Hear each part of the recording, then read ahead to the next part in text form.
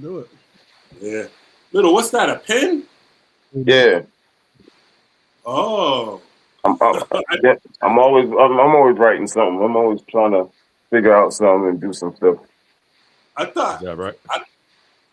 I thought writing letters was my thing. And now it's time for a letter from Pain.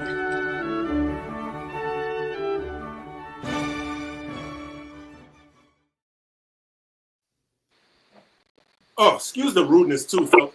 Yo, what up, fellas? Good. I'm glad. I hope y'all had a good week. Excuse the rudeness, but I had something on my chest, and I've had this for about 2 weeks. But I've been trying to chill. I called Chuck about this one morning, and he told me to chill. He's trying to be the good citizen, but y'all know me, I'm ready to knock shit over all the time. But this one, buckle up. Put it this way: they're handicapped people. And people that have the handicap placard. Don't be a dick. Sign management. Let me tell y'all why I said this, right? So I go to Dunkin' Donuts, right? I go to Dunkin' Donuts one morning, and I'm pulling in the parking lot. Parking lot's pretty full, but there's 3 open spots. But there's a car parked horizontally across them. 3 regular spots parked horizontally across them. No one can get in. Mind you, there's 2 handicap spots right in front of the fucking door. He's parked horizontally across 3 regular spots. So after me sitting there for about 5 minutes waiting for him to put 2 and 2 together that I'm waiting for him to pull out, this motherfucker pulls into the handicap spot perfectly, gets out, walks to the door without even a slight limp, and walks right back out without a slight limp. Are you fucking shitting me? If we can't park in y'all spots, don't take up 3 of ours. Like, knock it off. That shit pissed me off to the moon, boy. I was hot. So you won't give a handicapped person that you won't let them slide by knowing that they're handicapped. Like, what if that's their handicap? That doesn't parking across 3 spots is their handicap. Listen. There's a reason why they call handicap. He pulled into the handicap spot perfectly fine. Driving is a handicap. Listen. Yeah. For a lot of people too. Yeah, so I get it. But yeah, that shit pissed me off, man.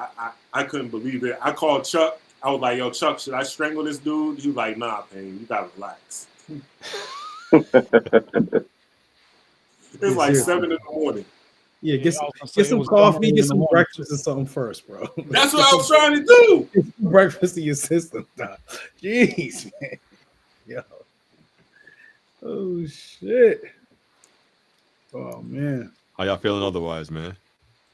Chilling, man. Just dealing with, life stuff and this I want people to wrap this Charlie Kirk shit up too. Oh man. And he wrapped up already. yeah, he is. Jesus. Wow. I'm sorry. I'm a little under the weather today. I ain't feeling it. Somehow I caught a cold over the last, couple of days. But yeah, wrap Charlie Kirk the fuck up. Yeah. We need to be talking about the kid that got lynched instead. And 2 guys deeming it a suicide. Fuck out of here. Yeah, that's. Is that the one with the 2 broken arms and the 2 broken legs?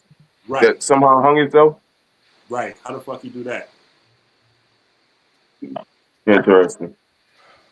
Where did that happen at? I want to say Mississippi. 3 guesses. In the South. Of course. Mississippi. Mississippi. Definitely Mississippi. Mississippi. I was say like deep South. Yeah, they never stopped doing that in Mississippi. That's some bullshit. Yeah. One state. Never have to worry about me looking to visit anything, fast food, nothing. What is there to do? What is there to do in Mississippi? Besides, I wish they play hangman, but Oh, this nigga here. Wow. You back on your BBK shit, and that there's pros and there's cons that come with that BBK shit. Yes, there definitely is. Jesus Christ. Man. Like this Nah, is bullshit. that's serious. What the fuck is there to do in Mississippi besides look at the river? What was Oh, that yeah. famous movie? What was it? Mississippi Burning? You know what? That's one of the long list of movies I've never seen. Mm. It might be one of those movies you want to bring the kids to kind of look at and just see some of the shit from the past. There's some movies I avoid because I know they're gonna piss me off, and I think that's That would be one. Yeah. Or just not see, but I can only watch like one time and like that's it. I'm never gonna watch it again. You know what I'm saying? Like Fruitville Station. Like, I never watched Fruitville Station again. I watched it one time. It was just really, it was. It's on the list. Yeah, definitely. You know a movie that's on the list that's fiction that pisses me off and I can't watch it without getting angry. Tyler Perry's Temptation. The way that Journey Smollett, Juicy Smouye's sister. Oh my God. The way she did, dude, yo, that had me pissed off. I went on a date to see that movie. Hold up. I was pissed at her about what she did. Yeah, did you just call him Juicy? He said Juicy? What is it? What is happening? Yeah, that's his name, man. Juicy. Like what? What are we talking about? That French actor, Juicy Smouye. Interesting. I can't see. There's certain movies that just piss me off to the moon, and like anything like those racial movies, that shit will piss me off. Nah, they'll definitely do it. Yeah, racial or stuff that usually happens like foul when like kids, like For Color Girls. You know what I mean? Michael Ealy hung the, you know what I mean? Like that kind of stuff. It's just like, yo. So, question for you. Me or for everybody? Everybody, of course. Okay. Yes. So, because we not only do those movies resonate in our community, that's good segue to tonight's conversation, by the way. But those movies should play in your head on a daily basis, right? In terms of the way our people see what we're talking about is the depictions of, which are probably watered down versions of what really happened, right? And it baffles me within our community how many of us forget about those stories in our today interactions. I don't forget about those stories. You see what I'm saying? And my question to you guys is, how much do those stories? Rosewood is my trigger pain. I know you were mentioning some things that where you're like, oh shit, you got me fucked up. Rosewood is mine, right? Yeah, so how much of those things, those memorial triggers play into your everyday thought process and how you move? And I can answer for you if you want. The answer is probably not enough. And I know this because I talk to you guys on a pretty regular basis, and I know how you guys move in certain communities and and the energy, doesn't match the things that we have gone through historically. It doesn't feel like we have enough remembrance of those things.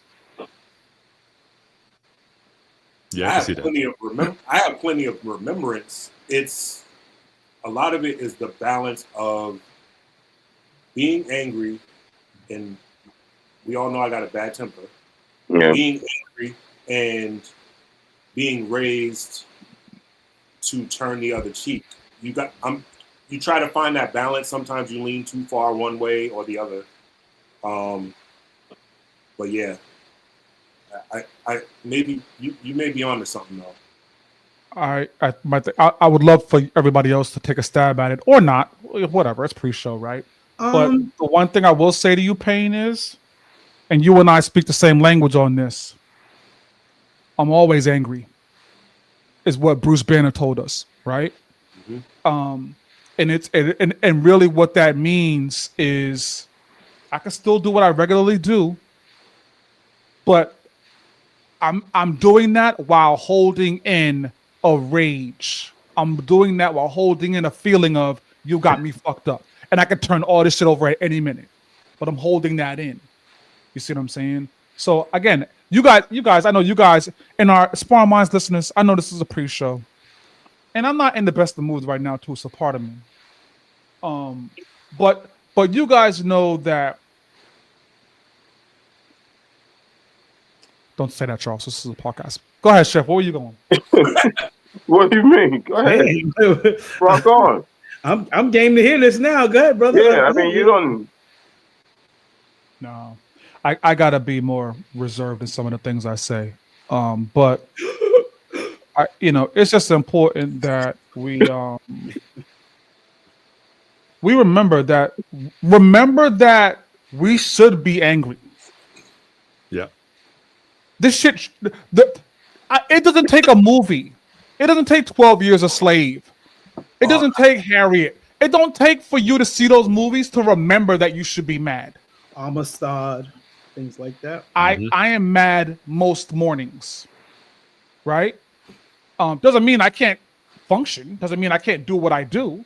Mhm. But there are certain things you got me fucked up. And we're not going to sit here and say on this show, oh, well, Chuck, that was 60 years ago. And I was in this. Nigga, that was yesterday. We're just now talking about Mississippi. It's yesterday, nigga. So we got to remain angry. Too much of our community ain't mad no more. We ain't mad no more. And that's part of the problem. Yeah, I respect it. Yeah, I respect it. What's the resolution? I don't know. I don't know if there is one, because 70% of our community embraces reasons not to be angry, right? And I can see that from a new wave. Me and Hightower just got into this very recently. This new wave ideology of, oh well, trauma is a part of life, and we very much got into that. And part of my thing with him is, dude, shut up, Charles. Yep. I'm not doing this. Not doing this on the podcast. Be more mad. That's all. Be more mad at how your people are treated. That's all. Have been treated, are currently being treated. Be more angry about that, and choose your communities appropriately. Yep. Choose your communities more appropriately. Yes. Choose your communities more appropriate. Choose your absolutely, because now nowadays all of us individually have our own communities, right? Yep. And then we come together to form Voltron. But in your communities, who is really angry at our treatment? Identify them. Take a minute tonight. Oh, I got several. I know a couple. I know one that just comes off the top of my head. Like, who's angry? Who's angry versus who is like, oh, maybe you guys should get past that because it was 60 years ago. When I'm angry, everybody's like, "Hey, Sam, calm down, relax." I don't want to hear it. Let's put this into perspective, right? With the Big Saul. For the people that are saying that, oh, that was 60 years ago, everybody on this panel is pushing 50. Think about how short your life has been already. 60 years ago ain't shit. 400 years ago ain't shit. And that's how long they've been doing this shit to us. But we're not mad enough. We're not mad enough because we want to cohabitate, because we want to merge. You see what I'm saying? So we're not mad enough, and that's the issue. But it's 7:30, and I don't want to push us away from things. But until we get mad enough, you know who was mad enough? Panthers are mad enough. Who? We don't talk about them. The Panthers. Oh, I thought you said like what? No, Panthers are mad enough. But towards that's fixing a the whole another show. But that's so, Chef, that answers your question, right? Is let's get mad enough. First off, let's get our community mad enough and stop trying to be a part of. No, go back to being fucking mad, because being mad generally drives you to find solutions. Generally. Hey yo, Donut White, no muzzle. Sparring Minds live every Friday. Let's go. Look, it's Sparring Minds. If you don't know the name, look us up. You know it's all facts when you got Chef Maine cooking up a couple of brothers who know all about the struggle. Black excellence, you know we just work hard and hustle. Whenever you want that urban talk, you know we keep it real. Mr. Maritime on the mic, yeah, you know the deal is real life. Hotel High Tower bringing you the feel. DJ Payne, keep it 100. Matter of fact, keep it a mill. Let's go. Let's go.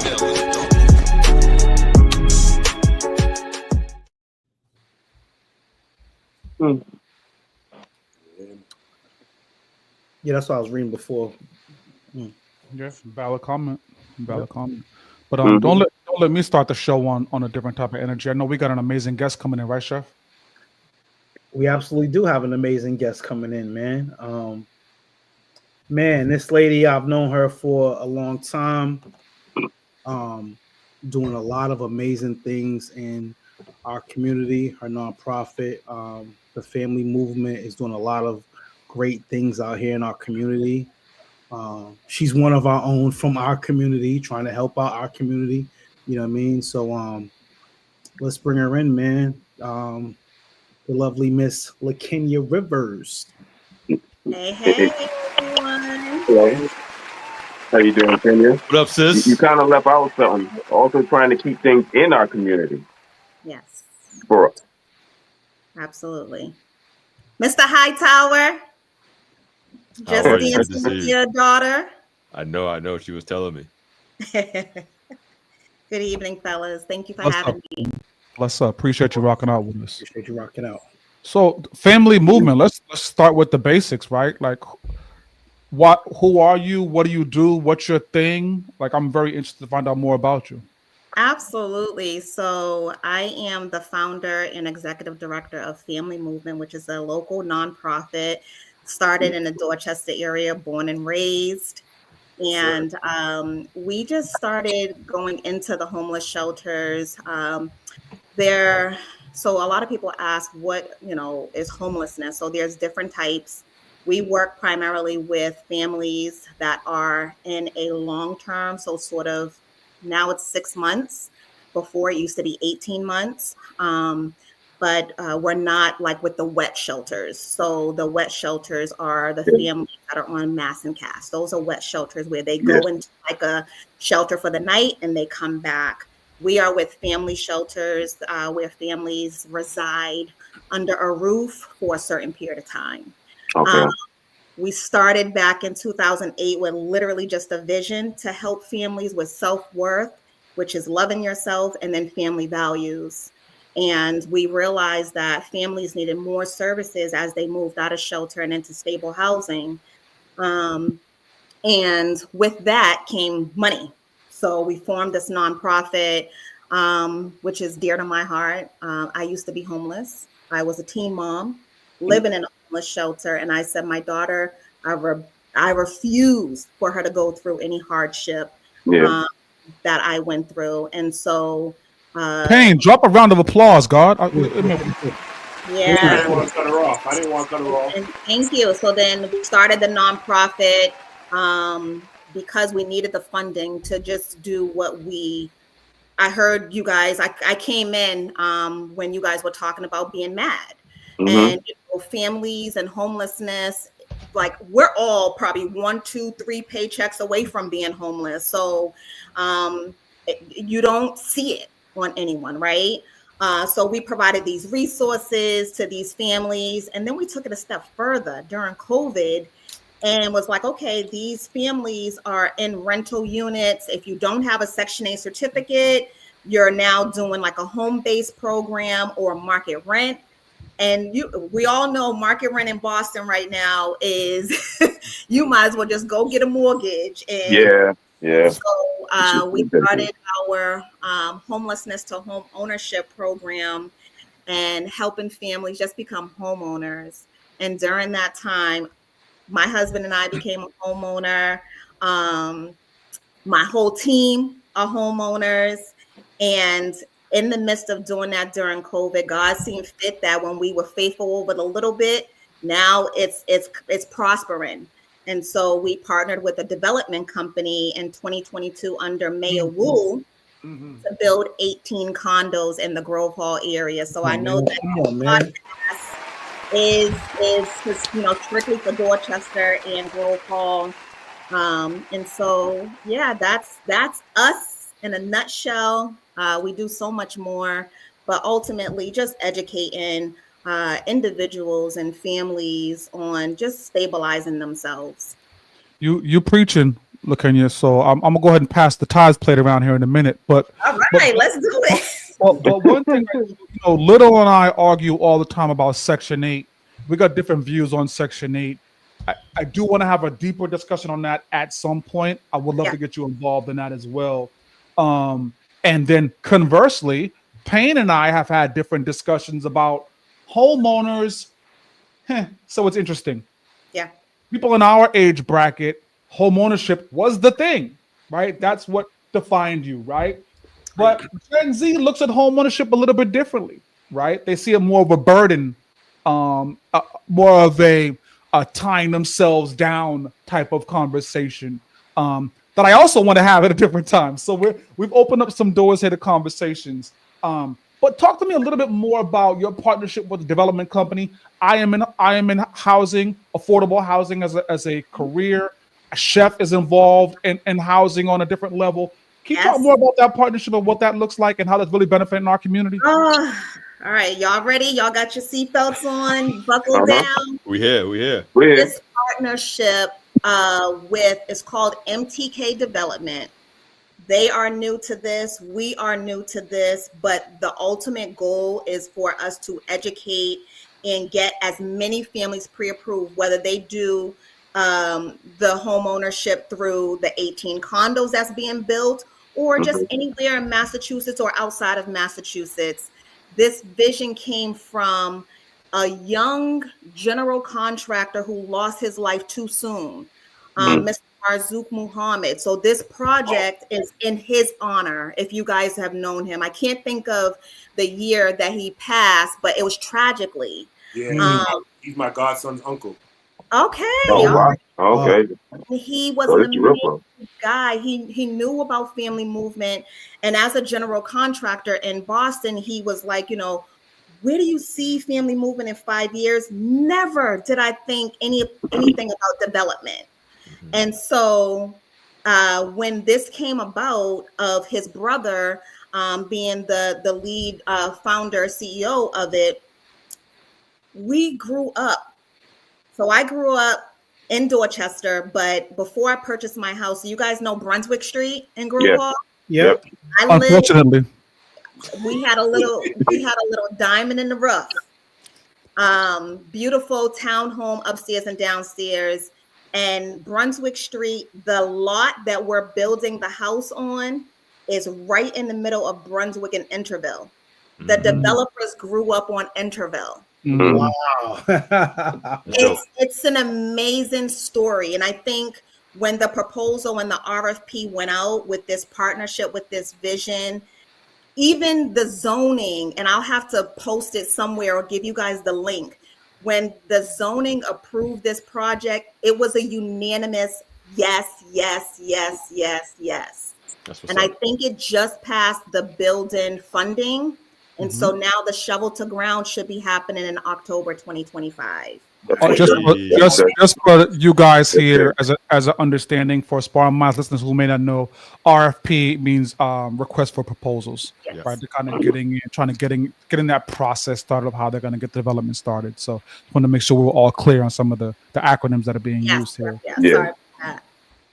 But yeah, so I think this project it's not about the money. It's about educating our community and pouring back into the community that we all grew up in, the developers, the nonprofit, team, and just, trying to get as many families on the right track of financial stability. That's what it boils down to. I do have a thought here, and I'm going to pass this off to the other guys. But my last question on this is, I spoke about it a little bit in the pre-show. I speak about it all the time. We're 182 shows in at this point. Everybody knows my stance. But I'm everything about our community, right? And it's beautiful to hear you tell a tale about how our community or representatives of our community are at the top of the leadership chain in this conversation.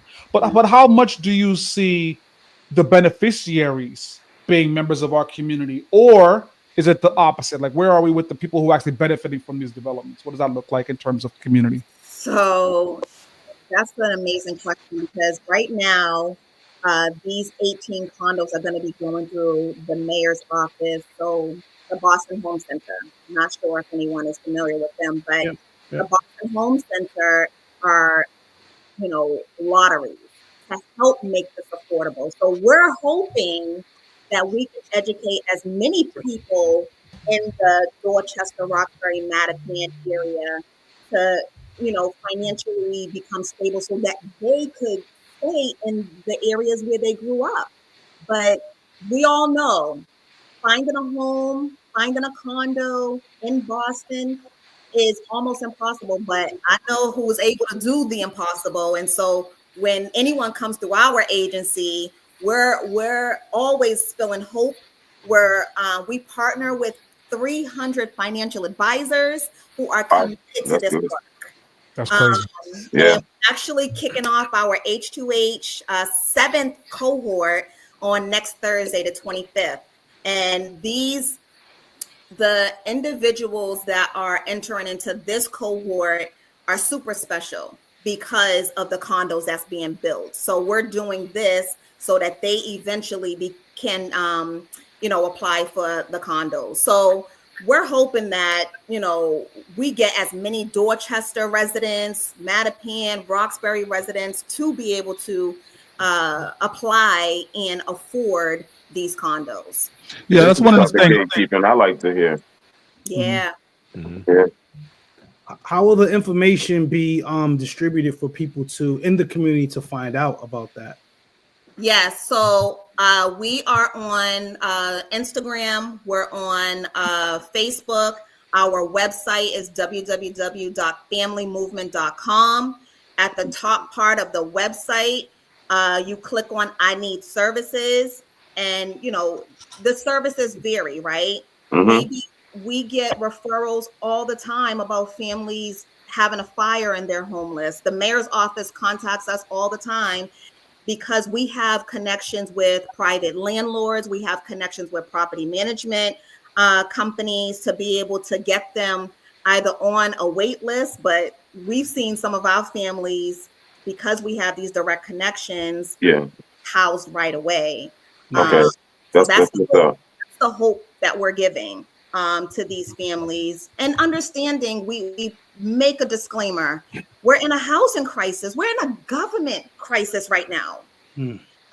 So, just trying to make everyone aware of where we're at. Section 8, I tell all my clients, make sure you are working, you are using this this certificate, because I had it one time, right? Use this certificate as a way to kind of, as a stepping stone to leverage and get off of it. Because I tell you right now, we got 3 more years. Yeah.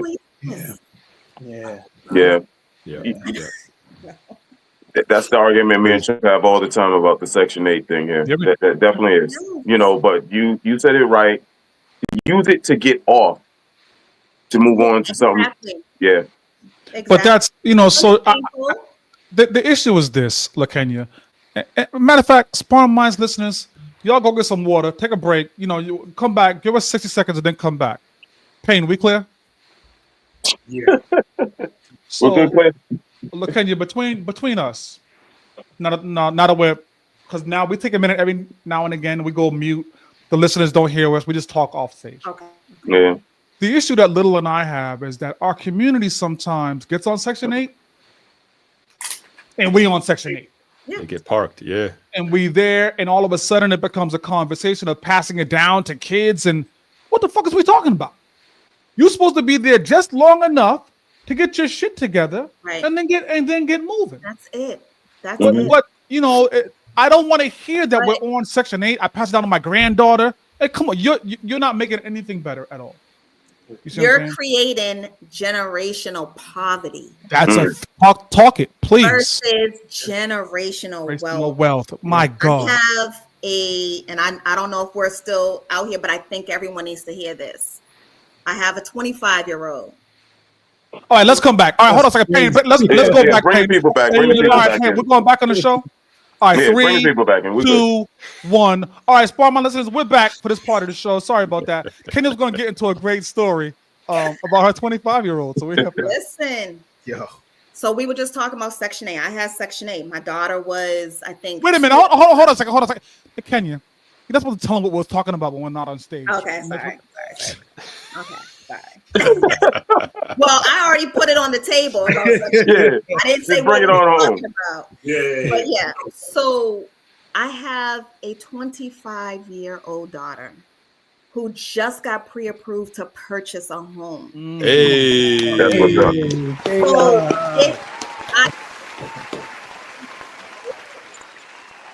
Is people are on these types of government assistance because that's all they know. Yep. That's all they know. Honestly, my mom, my dad, my grandparents did not tell me anything about home ownership. Yeah. Did not tell me anything about financial stability, credit, saving your money. I'm doing that with my 25-year-old daughter, my 2 sons, who my 14-year-old now saves like crazy. Yeah. He also splurges on himself. He's in this generation of purple jeans. I don't even know what that is. Yeah. You know, but I'm like, work hard. You know, we have a family business too, doing landscaping and snow removal. He does that. Yeah. So, you That's know, what's up. we have to train ourselves and our children that we deserve, right? We deserve generational wealth. But it takes people like us to help educate the next family that don't know. Yeah. So they're staying on these government programs because they don't know. They're scared. I have clients today. I think that's the big thing. Yeah. Yeah, but you know something I struggle with this. We are literally in an information age. Yeah. And so ignorance Right. can't really be an answer anymore. For someone to say, "Oh, I didn't know," sounds strange. Yeah. Because you can Google anything. And to play Alexa will tell you anything. and to play devil's advocate, like, and usually it's Chuck the one to say it, what everyone's thinking but don't want to say. I'm gonna say it. Some of these people aren't scared. Some of these people are lazy. That's a fact. 100%. Yep. They get complacent and just like, yeah, my rent's only $40 a month, so I ain't. Correct. But see, it's twofold, right? It's twofold. It's that and it's lack of education, like Kenya was saying. A lot of these folks don't know that they No, and we ain't gonna do that. And no. I see it every day. Can I just tell y'all right now? One of the moms that is starting our home ownership program next Thursday inside of a homeless shelter right now. See, you got to give the knowledge. You got. She's like, "What? I didn't know that I need this to be pre-approved." It's lack of I guarantee you, this is what we're finding. Yeah. And a lot of it has to do with the fact that we just don't have the time to look it up. I mean, it sounds always easy to look it up, but it's not always that way.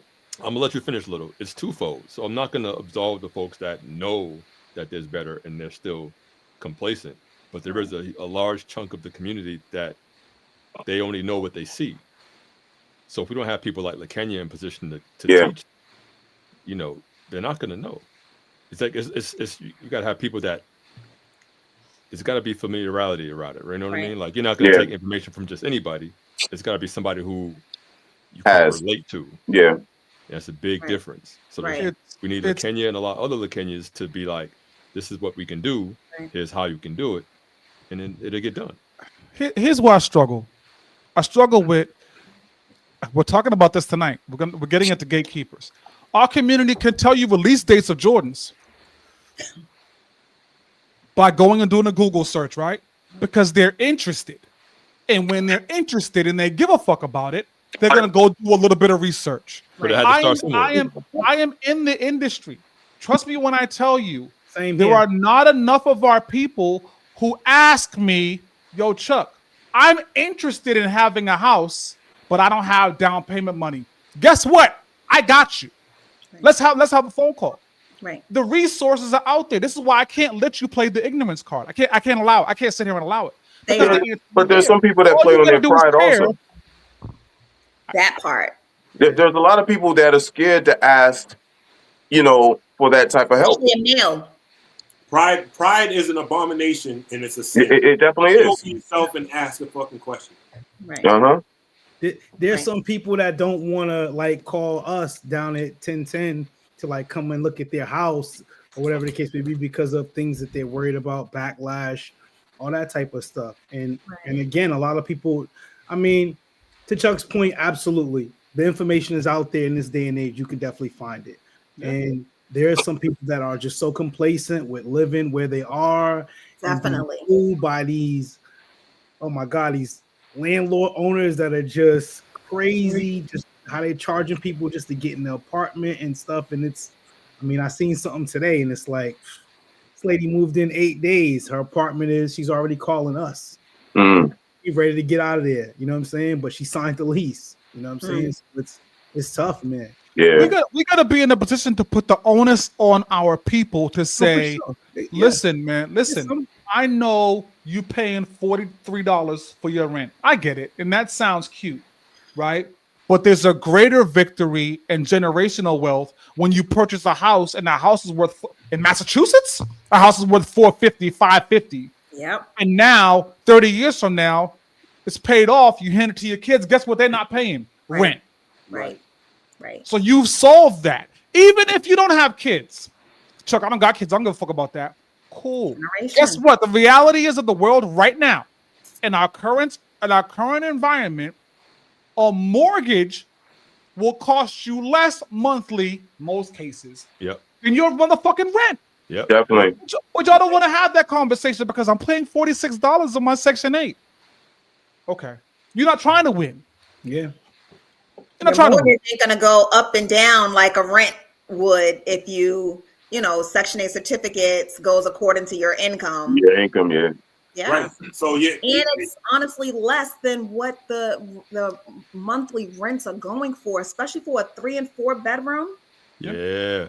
And it handcuffs you. This Section 8 will handcuff you because some people are scared to get a better paying job or a better paying position. Not now. Yeah, Talking. definitely. Yeah, you're right. You're 100% right on that one. Yeah. Yeah. So not in pain, you couldn't have said it better. Not only is it affecting your generational wealth, it's affecting your earning power today. Right. Yeah. Yeah. Fuck the future. Right now. I remember I used to work with this girl. Can I say this on the show? Should I say this on the show? I'll say it on the show. I used to work with this girl who was part-time, and we said to her, yo, you can pick up some more hours, come in and help out. She said, nah, fuck that. I said, what do you mean? She said, I gotta get out of here now. I'm not fucking up my Section 8. You can make more money today. And I done heard that so many times. Yep. I can't wrap my head around that. I can't wrap my head around that. I mean, That's I get it, but I also don't get it. These are the people that will leave. The people that will have the Section 8, which is based on your income that's reported, right? And they'll have a side hustle where they get money, but they still don't want to get off that Section 8. If you're doing that, if you're working the system and you're getting around it, save that money and get off the Section 8, which is the stepping stone. Now, like you said, the mortgage 9 times out of 10 nowadays is cheaper than market rent. And you're paying to own something, not just paying into an endless, bottomless pit. Yeah, have a plan. I don't know if you guys have heard that Section 8 now has a home ownership component. Yeah, I heard about that as a recent. So we have one client right now that's going through our home ownership program that has a Section 8 certificate. I don't know how this is going to work until she gets pre-approved. I definitely want to bring this back once I know more about this, but it's happening.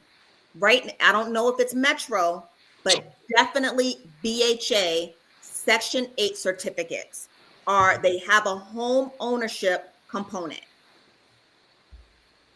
That's amazing. where they take the certificate and utilize it as a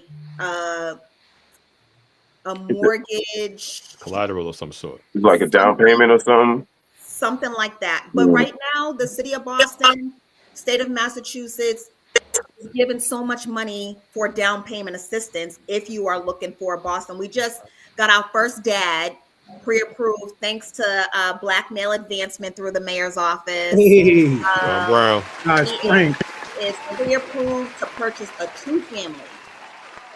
He went through our program and got pre-approved to purchase a 1-family, saved up because he's been looking for places and have not been able to find anything that's in Boston. His kids are in Boston. He wants to remain in Boston, so he just got qualified to be a part of 5 different lotteries. So he's on the lottery side and he's pre-approved to purchase a 2-family home. That's the victory. That's the victory. You know what I'm saying? You know, you guys buying a 2, you know, I'm down in North Carolina, obviously, but you guys in Massachusetts having an opportunity to buy 2-family homes. Come on, man. Right. You not only solve your permanent residence situation, but you immediately attack your investment portfolio. Yeah, definitely. In the same conversation, it's literally a win-win. So again, the excuse of ignorance is beyond us. You gotta be ready, though. You gotta be ready for this type of. You gotta be grown. You know. Yeah, 100%. Definitely gotta be prepared. Definitely.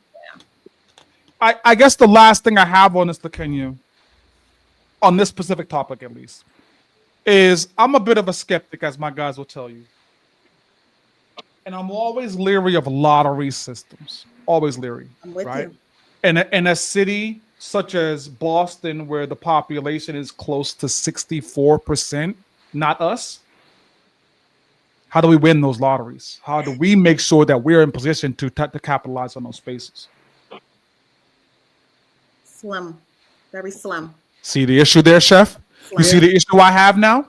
Yep. Right? Is all the good work that they're doing, all the great development partners that they've enlisted, all of the ability to get your credit right, you've done everything perfectly, right? And now, great, I'm set. My credit score is now at 779. I got $5,000 in the savings based on their tutelage. I'm approved for down payment money. I'm ready to rock and roll. Lottery, I got an 18% chance of winning this lottery. Yeah, crazy. Yeah, it's crazy, but we have to encourage the families going through our program to diversify their search. Do the lotteries. Hook up with your real estate person. Go outside of Boston. Be open-minded. Yeah. You know, you have to diversify your findings. Yeah. Now that is where the education comes in. Now I think that's a key part. Is being able to say, damn, how, you know, I'm going to put my name in the lottery, yes, but what else can I do to achieve my dream? That's where some of those resources really come in valuable. Sorry, Chef, go off. No, I was just echoing the same sentiments too. So, you know, glad that there are people like Kenya and the Office of Black Male Advancement to get this information out to our people in Boston, because again, I can't speak enough how in Roxbury and Dorchester, where I inspect homes, that I see this type of stuff every day, and a lack of education, but also a lack of being just too comfortable. You know what I mean? And then that comes in for these homeowners from Wellesley and all that stuff, purchasing properties in the community and disgusting, charging people through the roof. You know what I'm saying? And like kind of bypassing like our inspections to get through, like with a Metro or BHA, because they're quicker to like pass the home just to get people to move in there versus making sure like they do a thorough like deep dive into the homes and make sure like everything is nice, clean, you know, all that stuff. Like I went to, again, the home I was talking about earlier, the lady had no smoke detectors.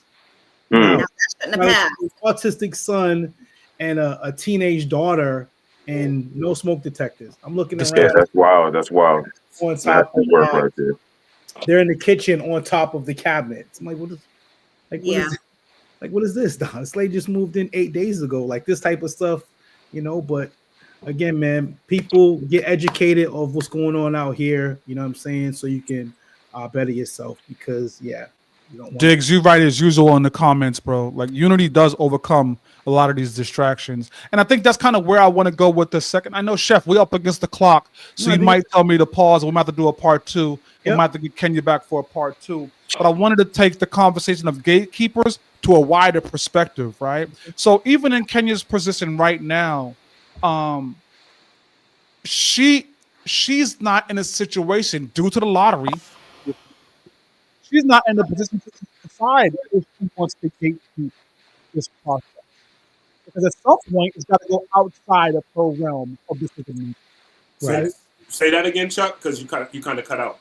Oh, sorry about that. What I was saying was, in the Kenya's world, she's on a wider scale of the conversation of gatekeeping, right?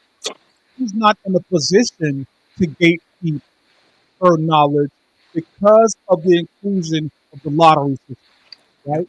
So she's not in a situation to say, you're part of my community, I'm letting you in, you are now a person. She's not in that space. She has to go through this lottery, and guess who's involved with that? Everybody. Yeah. Mm. So I guess my concern is wider scale conversation of gatekeeping, right?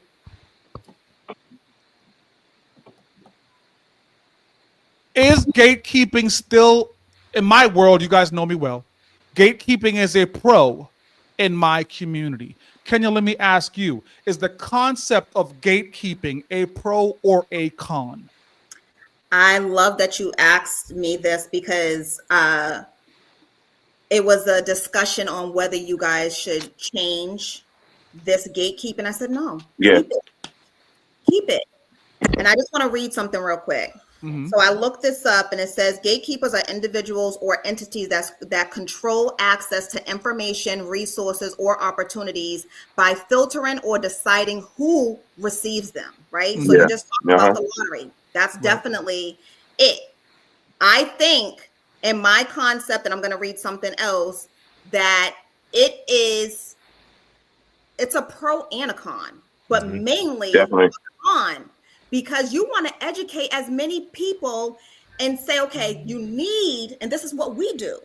You need this, this, and this in order to access this. Mm-hmm. You just don't shut them out, but tell them what they need to get there and show them the things that they need. So it says, while gatekeepers can serve the positive function, that's that pro, of organizing and directing resources, they can also risk creating exclusivity and perpetuating inequality. So that's that. If you shut them out, it's inequality that you're now forming by selective control over access. You still got to educate. Gatekeeping was always looked at in my book as bad, negative, because it's always the rich white guys that kind of were in control of the gatekeeping. But now we see a lot different here as LaKenya as, brought forth to us today. So, I don't take no for an answer. I say, well, what can Yeah. you do? Yep. What can you do? Yeah. I see the wheels spinning. Yeah, Charles definitely wants to go off. He wants to go off. Well, I'm waiting. he's holding back. Listen, man. I've been talking a lot during the show. I'm letting you go. I'm gonna let you guys cook. No, But I'm thinking while she was reading the definition, I think I'm reading your mind. You're thinking gatekeeping within our community is good, like as far as we provide the information within our people in our community and keep it away from outsiders. Chuck, you know what happened?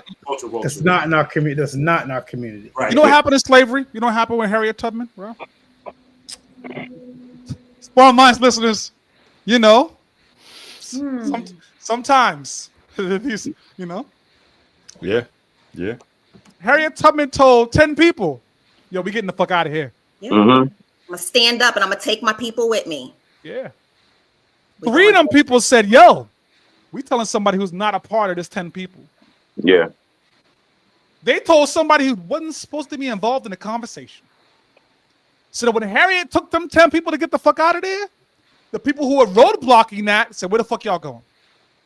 Bring y'all ass back here. It's not until you withhold and keep the information tight That's real. that we don't get roadblocked. You dig? How many in this conversation? The perfect world for LaKenya. I'm sure she would say the same thing. Don't let me speak for you too, girl. Like, you know. Yeah. Yo, Chuck, I got 100 developers. I got 100 home buyer education providers lined up. I got 100 creditors and lenders lined up. Guess what I also got lined up? 100 buyers from our community. That's gatekeeping. And that's a pro. Yeah. Because guess who's not involved in the homeownership conversation? Absolutely, yeah. Our community. Yep. Yeah. This is how you get them involved. Right. Unfortunately, what we talked about tonight in Kenya's case, and I'm going to divert to different avenues. Kenya has everything lined up. I got affordable housing. I got lenders. I got developers. But I got to make this shit available to every motherfucking community. And guess what communities are dialed into this? Yep. Yeah. Everybody but us. Yeah. So guess who takes advantage of all of her hard work? Everyone but 70% are at Kenya's desk. And guess what they're saying? I got a 2-family house. I got primary residence. I got future investment. 70% of the motherfuckers are not us. Right. There's no, so the opportunity of gatekeeping gets us to actually tie the score for once. But too many times we don't want to take advantage of it. Little's already talking about gatekeeping as a con. It can't be a con.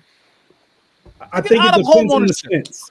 I think it depends on how you're I'm using glad it. you did that, Chef. I'm glad you did that. Let's keep cooking. Let's keep cooking.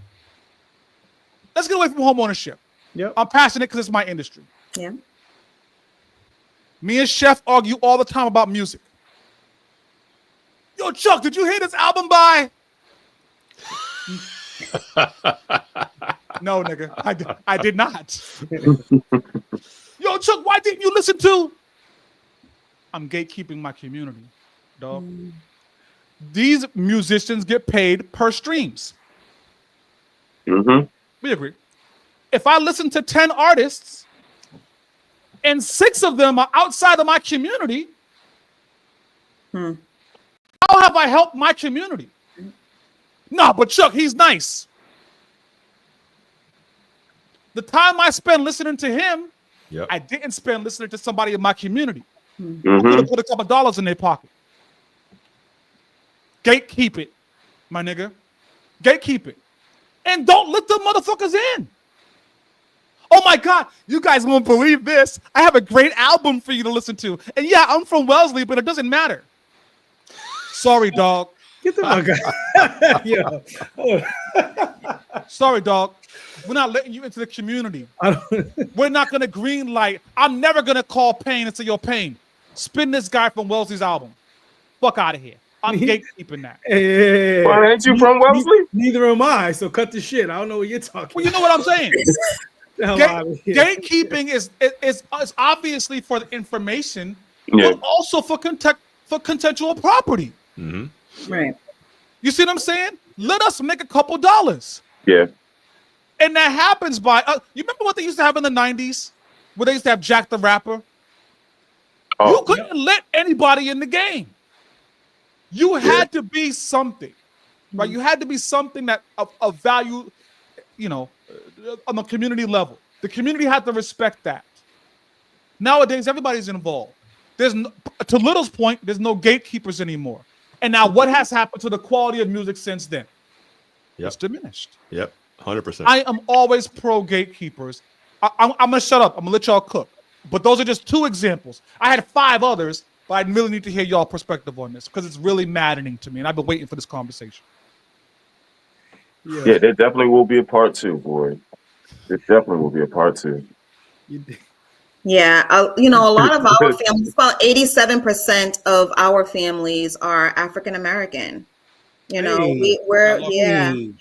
we're big on educating our families that are more people of color, because home ownership it was frowned upon for us.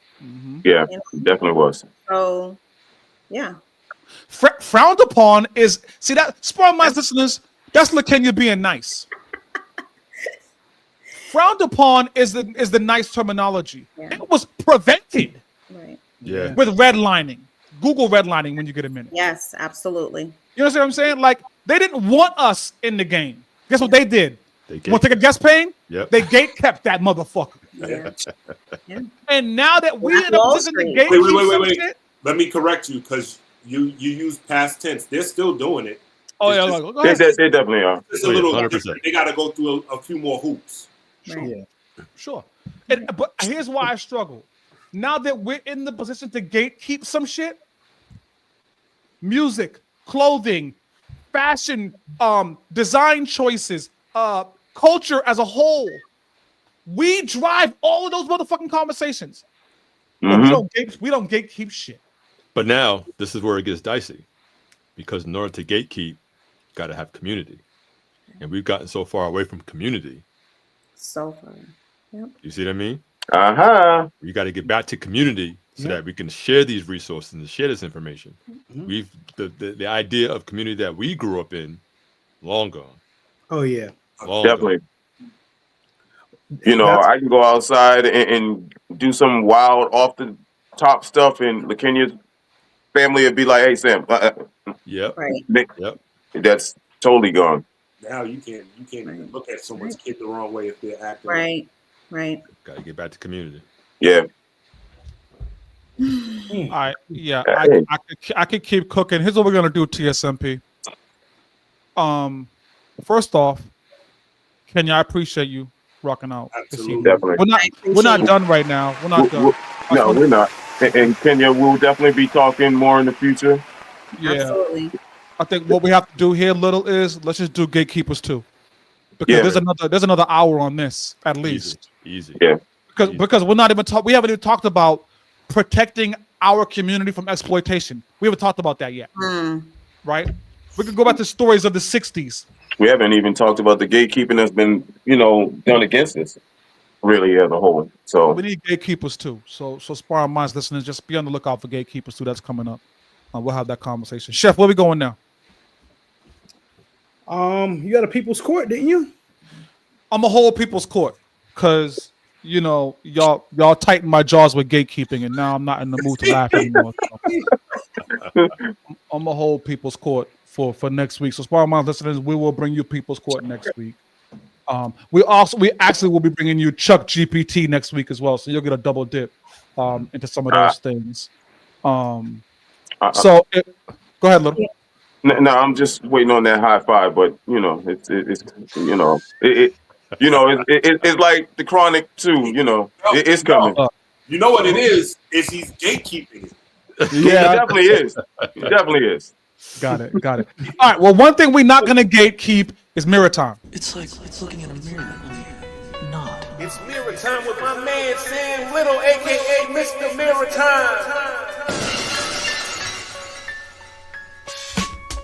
Mirror, mirror on the wall. Who is the top choice of the ball? There was a rumble double. 5 minutes it lasted. The mirror said, "You are, you can see the bastard."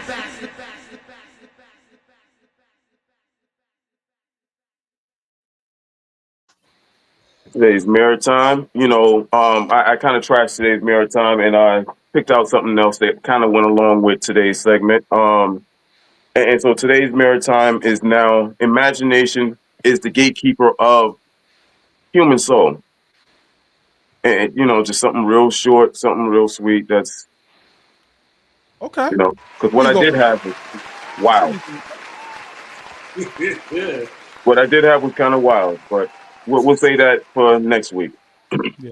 Look, Kenya, real quick, September 30th at the Dorchester House, I will be leading the charge on Tuesdays for family cooking nights. Okay. I will get that flyer to you so you can pass that information out.